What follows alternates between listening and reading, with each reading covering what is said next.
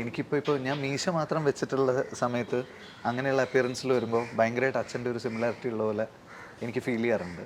അപ്പോൾ മൂന്തനുണ്ണി ചെയ്യുമ്പോഴും ചില പോസ്റ്റൊക്കെ ഇങ്ങനെ വരുന്നത് അച്ഛൻ മീശ വെച്ചിട്ട് അഭിനയിച്ചിട്ടുള്ള സമയത്തുള്ളത് എൻ്റെതും കൂട്ടിച്ചേർത്തിട്ട് ഇപ്പോൾ അടുത്ത് വന്നിരുന്നു ചിദംബരോ അങ്ങനെ ഏതോ ഒരു സിനിമയിൽ അച്ഛൻ്റെ ഒരു സ്റ്റില്ലും പിന്നെ എൻ്റെ ഒരു ഫോട്ടോയും വെച്ചിട്ട് അപ്പം അങ്ങനെയൊക്കെ കാണുമ്പോൾ നല്ല സിമിലാരിറ്റി ഫീൽ ചെയ്യുന്നുണ്ട്.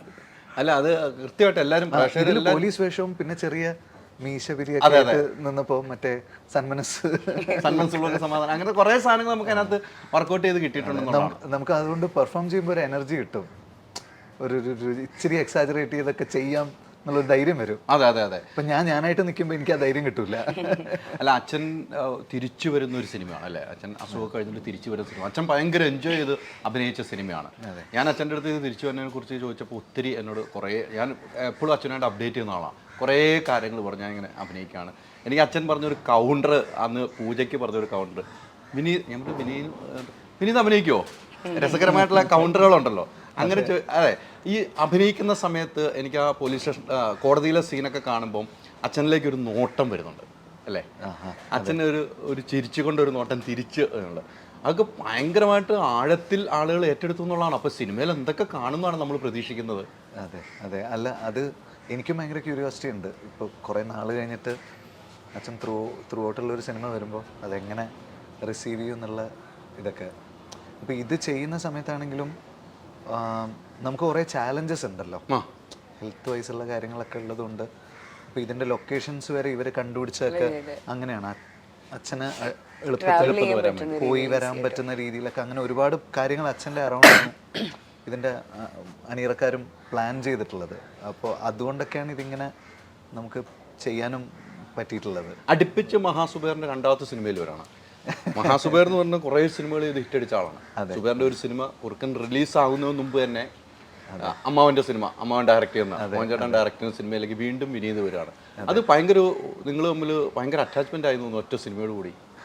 അല്ല അറ്റാച്ച്മെന്റിൻ്റെ അല്ല, ഇത് ഈ രണ്ട് പ്രൊജക്റ്റും സുബേർക്ക കമ്മിറ്റ് ചെയ്തതാണ്. പക്ഷെ ഇപ്പോൾ ഒരു കണക്കിന് നന്നായി, കാരണം ഒരു ജാതി ജാതകത്തിന്റെ ഷൂട്ട് ഇപ്പോൾ ഈ സമയത്ത് അവിടെ എടപ്പള്ളിയിൽ നടന്നുകൊണ്ടിരിക്കുകയാണ്. രണ്ടിന്റെയും പ്രൊഡ്യൂസർ സുബൈർക്ക് ആയതുകൊണ്ടാണ് എനിക്ക് ഇവിടെ പ്രൊമോഷൻ വരാൻ പറ്റിയത്. അല്ലെങ്കിൽ മറ്റേ പ്രൊഡ്യൂസർ വിടൂലല്ലോ. പിന്നെ അവരോട് ചോദിച്ച് ഡേറ്റ് ഒക്കെ എടുത്ത് സുബൈർക്ക് എന്നെ വിളിച്ചു പറയുന്നു, വിനീതിന് ഇന്ന് പ്രൊമോഷൻ ഉണ്ടല്ലോ, വിനീതിനെ ഇങ്ങോട്ടേക്ക്. അപ്പൊ അവിടുന്ന് പറയും ഇതും നിങ്ങളെ പടമാണ്, അത് ഇറങ്ങാൻ പോകുന്ന പടമല്ലേ, അവനിങ്ങോട്ടേക്ക്. അത് നല്ലൊരു ബാനറിൽ തന്നെയാണ് സുബേർ. എനിക്ക് വ്യക്തിപരമായിട്ട് ഒത്തിരി അറിയാവുന്ന സുബേർ കുറേ സിനിമകൾ ചെയ്തതാണ്. അല്ല ഇത് എസ്പെഷ്യലി ഈ ഒരു സമയത്ത് ഒരു പടം റിലീസ് ആവുന്നതിന് മുമ്പ് തന്നെ വേറൊരു പടത്തിൻ്റെ ഷൂട്ട് നടക്കുന്നു, രണ്ടും യാതൊരു പ്രശ്നങ്ങളും ഇല്ലാതെ മുന്നോട്ട് പോകുന്നു എന്നൊക്കെ പറയുന്നത് അത് സുബേർക്കയുടെ എക്സ്പീരിയൻസിൻ്റെ തന്നെയാണ്. തീർച്ചയായിട്ടും അതെ. നല്ലൊരു സബ്ജക്റ്റിൻ്റെ ഭാഗമായിരിക്കണം അല്ലേ, വീണ്ടും ഒരു നല്ല സബ്ജക്റ്റിൻ്റെ ഭാഗമായിരിക്കും. ഈ അടുപ്പിച്ച് ഈ ഇടയ്ക്ക് തന്നെ ഈ സിനിമ ഇറങ്ങുമ്പോൾ അടുത്ത വാലാട്ടി ഉൾപ്പെടെ ഇറങ്ങുവാണ്. 2 സിനിമകളാണ് റിലീസായിട്ട് വരുന്നത് കേട്ടോ, 2 സിനിമയുടെ റിലീസായിട്ട് വരുന്നത്. കുറുക്കലിലേക്ക് എത്തുന്നത് എങ്ങനെയാണ്? മനോജാണ് എന്നെ വിളിക്കുന്നത്. വിനീതിനോട് എനിക്ക് തോന്നുന്നു സെക്കൻഡ് ഡ്രാഫ്റ്റൊക്കെ ആയിരിക്കും വിനീത് വായിച്ച് കേൾക്കുന്ന ഒരു വർഷം മുമ്പ്. അപ്പോൾ അതിനുശേഷം അവിടുന്ന് വിനീതിനോട് വായിച്ച് കേൾപ്പിച്ച ഉടനെ തന്നെ മദ്രാസിൽ നിന്നാണ് എന്നെ വിളിച്ചത്. അപ്പോൾ എനിക്ക് എൻ്റെ ഒരു ക്യാരക്ടറിനെ പറ്റി മാത്രമേ പറഞ്ഞുള്ളൂ. അപ്പോൾ പല സിനിമകളിലും വക്കീലായിട്ടൊക്കെ അവന് 6ാമത്തേറ്റാണ് കോടതി കഥയിൽ വക്കീലാവുന്നത്. അതല്ലേ, ഇതിൽ ജഡ്ജായിട്ട് 2ാമതാണ്. അപ്പോൾ അതിനിടയിൽ മലയാളത്തിൽ വളരെ ഗംഭീരമായിട്ടുള്ള വേറെ ജഡ്ജ് കഥാപാത്രങ്ങൾ വന്നു, അതൊരു ചലഞ്ച്. അപ്പോൾ അങ്ങനെയൊക്കെ ഒരു എക്സൈറ്റ്മെൻ്റ് ഉണ്ട് ഈ കഥാപാത്രം ചെയ്യുമ്പോൾ. എനിക്ക് എന്നോട് ബേസിക്കലി എൻ്റെ ക്യാരക്ടറിൻ്റെ കാര്യം പറയുന്നത് കൂടാതെ നേരിട്ട് മുഴുവൻ സ്ക്രീൻ പ്ലേയും വായിക്കാനൊക്കെ അവസരം കിട്ടി.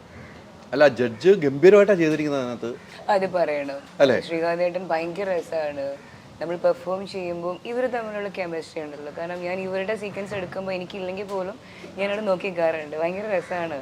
ഈ പറഞ്ഞ ഷൈനും വിനീതേട്ടനും ശ്രീകാന്ത് ഏട്ടനും ഉള്ള ഒരു കെമിസ്ട്രി ഒക്കെ ഭയങ്കര രസമാണ്. തിയേറ്ററിൽ ശരിക്കും പറഞ്ഞത് ആൾക്കാർക്ക് ഫീൽ ചെയ്യും. നമുക്ക് ജഡ്ജ് എന്ന നിലയിലേക്ക് നമുക്കിപ്പം തിയേറ്ററിൽ കയ്യടി കിട്ടിയ ഒരു സിനിമയായിരുന്നു എന്നാ താൻ കേസ് കൂടെ അല്ലേ.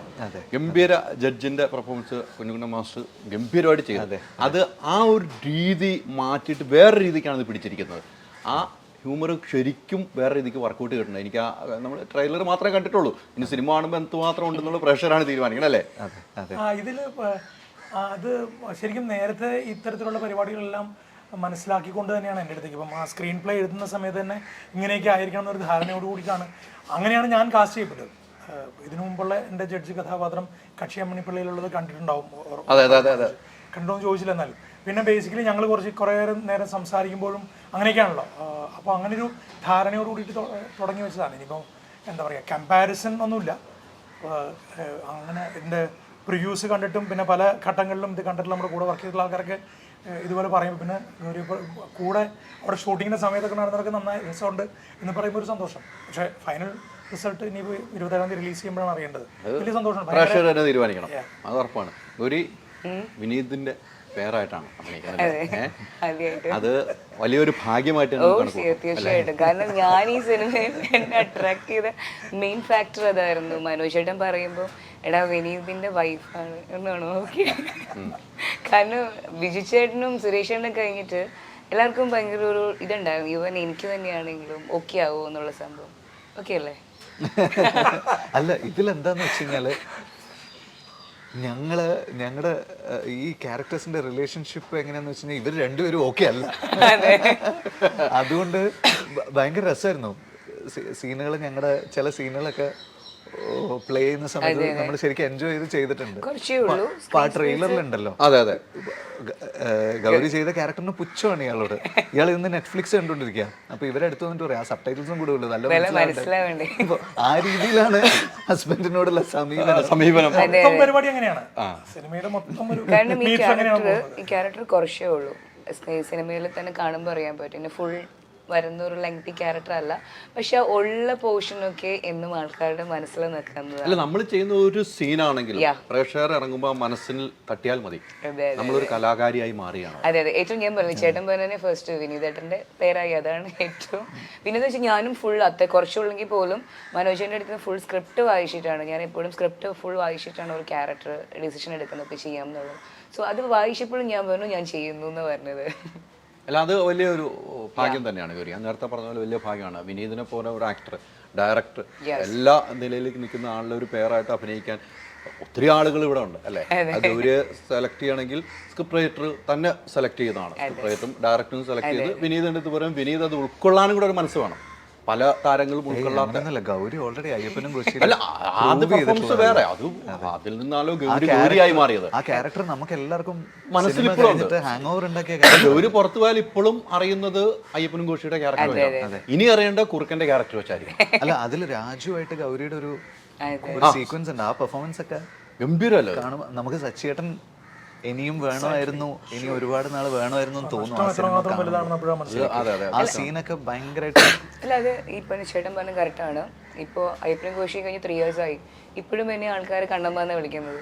എവിടെ ചെന്നാലും കണ്ണമ്മയല്ലെന്നാ ചോദിക്കുന്നത്. ഞാൻ ഇവിടെ മാത്രമല്ല, ഇപ്പം മറ്റുള്ള ലാംഗ്വേജിൽ പോകുമ്പോൾ എനിക്ക് ഭയങ്കര അനുഭവം ഉണ്ടായിട്ടുണ്ട്. ചിരഞ്ജീവി സാർ എൻ്റെ അടുത്ത് വന്നിട്ട് പറഞ്ഞു കുട്ടിയുടെ വലിയ ഫാനാണ് ഞാൻ എന്ന് പറഞ്ഞു.